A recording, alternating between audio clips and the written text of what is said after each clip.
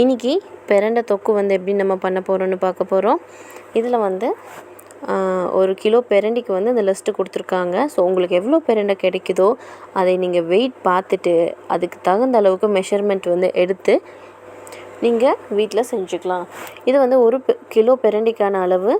நீங்கள் வந்து எவ்வளோ கிடைக்குதோ அதை நீங்கள் வந்து தோல் நீக்கிட்டு சேர்த்திக்கலாம். ஆக்சுவலி பிரண்டை வந்து என்ன பண்ண போகிறோம் அப்படின்னா, ஃபஸ்ட்டு தேங்காய் எண்ணெய் எடுத்து கை ஃபுல்லாக அப்பிக்கோங்க. ஏன்னா பிரண்டை தோல் க்ளீன் பண்ணும்போது அது நல்லா அரிப்பெடுக்கும். அதனால் ஃபஸ்ட்டு ஆயில் அப்ளை பண்ணிவிட்டு நீங்கள் க்ளீன் பண்ண ஆரம்பிச்சிடலாம். இது என்ன ஸ்டேஜ் அப்படின்னா, பிரண்டை வந்து ரொம்ப முத்துன பிரண்டையெல்லாம் எடுத்துகிட்டே வரக்கூடாது. எல்லாம் பிரண்டை இல்லாட்டி ஒரு நடுத்தரமாக இருக்கிற பிரண்டை வந்து எடுத்துக்கோங்க. சைடில் இருக்க தோலெல்லாம் ஃபுல்லாக நீக்கிட்டு, நார் வந்துச்சுன்னா நாரையும் நீக்கிட்டு, நடுவில் அந்த குட்டியாக ஒருத்தர் இருக்கா இல்லைங்களா, அவன் தான் நம்மளுக்கு தேவை. அவனை மட்டும் நம்ம எடுத்து வெயிட் போட்டுக்கலாம். க்ளீனிங் ப்ராசஸ் தான் வந்து கொஞ்சம் ஹெவியான ப்ராசஸ். ஸோ கஷ்டப்பட்டு ஒரு நல்ல ஃபுட்டு சாப்பிட்றோம் அப்படின்னா எல்லா கஷ்டத்தையும் தாண்டி தான் வந்து நம்மளுக்கு அது கிடைக்கும். ஸோ ரொம்பவே ஈஸி தான். பழக ஆரம்பிச்சிட்டிங்க அப்படின்னா டக்குன்னு பழகிக்கலாம். க்ளீன் பண்ணி எடுத்துகிட்டு அதை நம்ம வெயிட் பார்க்க போகிறோம். இன்றைக்கி வந்து 1/2 கிலோ பிரண்டைக்கு தான் வந்து செய்ய போகிறோம். லிஸ்ட்டு வந்து இப்போ பண்ணுறது எல்லாமே 1/2 கிலோ பிரண்டைக்கு தான் வந்து எடுக்க போகிறோம்.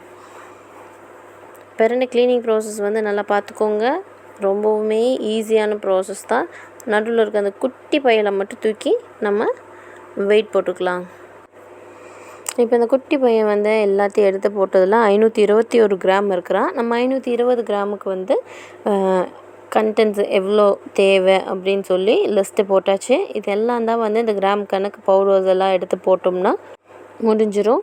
இது நம்ம எப்படி பண்ணலான்னு பார்க்கலாம் வாங்க. இப்போ நம்ம தோல் நீக்கி நடுவில் இருக்க அந்த குட்டி பையனை மட்டும் தூக்கணும் இல்லைங்களா, அவனை வெயிட் பார்த்ததுக்கப்புறமா குட்டி குட்டியாக சாப் பண்ணி எடுத்துக்கலாம். அவனை நறுக்கி எடுத்ததுக்கப்புறம் ஒரு கனமான பாத்திரத்தை வச்சு தேவையான அளவு ஆயில், ஏன்னா இதை ஃப்ரை பண்ண போகிறோம், அதனால் அந்த ஆயில் மெஷர்மெண்ட் வந்து இப்போ ஆட் பண்ண போகிறதில்ல. ஃப்ரை பண்ண தேவையான அளவு எண்ணெயை ஊற்றி இந்த பச்சை கலராக இருக்கிறவனை ஒரு ப்ரௌனிஷ் க்ரீன், ரொம்ப ப்ரௌனெல்லாம் இல்லைங்க, கருகீரும், ஒரு 3/4 அளவுக்கு அவன் கலர் சேஞ்ச் ஆகிற வரைக்கும் நம்ம அவனை வணக்கி எடுத்தால் மட்டும் போதுங்க. அதனால் கொஞ்சம் நல்லா பார்த்து பொறுமையாக வணக்கி எடுத்துக்கலாம்.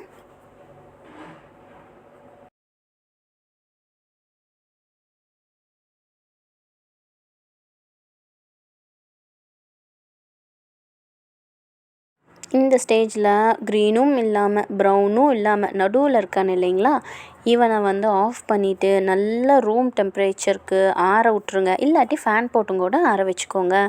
ஆறுனதுக்கப்புறமா ஒரு மிக்ஸி ஜாரில் போட்டு நல்லா பேஸ்டாட்டாக அரைச்சி எடுத்துக்கலாம். தண்ணி சேர்த்தவே கூடாது.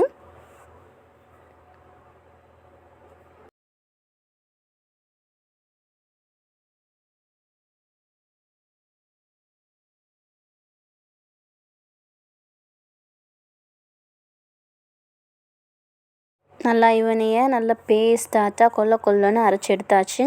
அதுக்கப்புறமா நம்ம மெஷர் பண்ணியிருந்தோங்க இல்லையா, ஆயில் குவான்டிட்டி எவ்வளோ தேவைப்படுகிறது அப்படிங்கிறது வந்து அதுக்கு அந்த ஆயிலை ஃபஸ்ட்டு கடாயில் ஊற்றிட்டு நம்ம அரைச்சி வச்ச இவனை பேஸ்ட்டை அதில் கொட்டிட்டு நல்லா வதக்கி விட்டுக்கலாம்.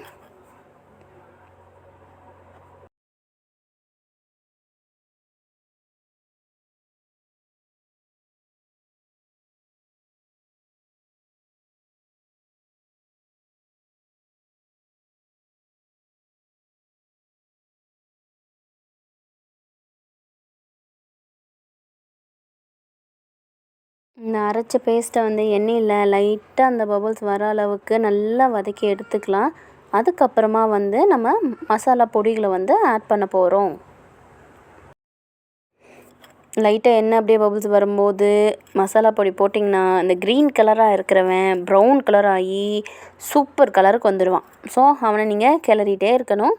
எண்ணெய் வந்து அப்படியே மேலால் பிரிஞ்சு வர அளவுக்கு கிளறணும்.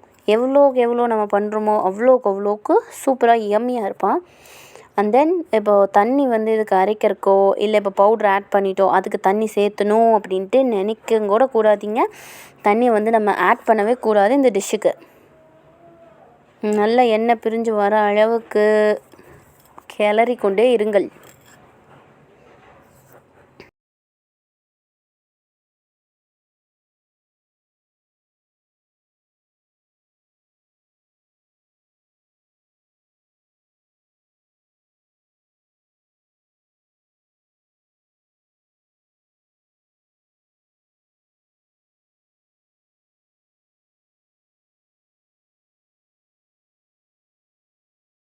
நம்ம அதை கிளற உள்ளே இருக்க எண்ணெயெல்லாம் அப்படியே அந்த ஓரத்துக்கு பிரிஞ்சு வந்து அப்படியே பபுள்ஸ் பெருசாக பபுள்ஸ் வருது இல்லைங்களா, அந்த ஸ்டேஜில் ஆஃப் பண்ணிவிட்டு நல்லா சூடு ஆறுனதுக்கப்புறமா வந்து கண்டெய்னர் போட்டு பேக் பண்ணிக்கோங்க.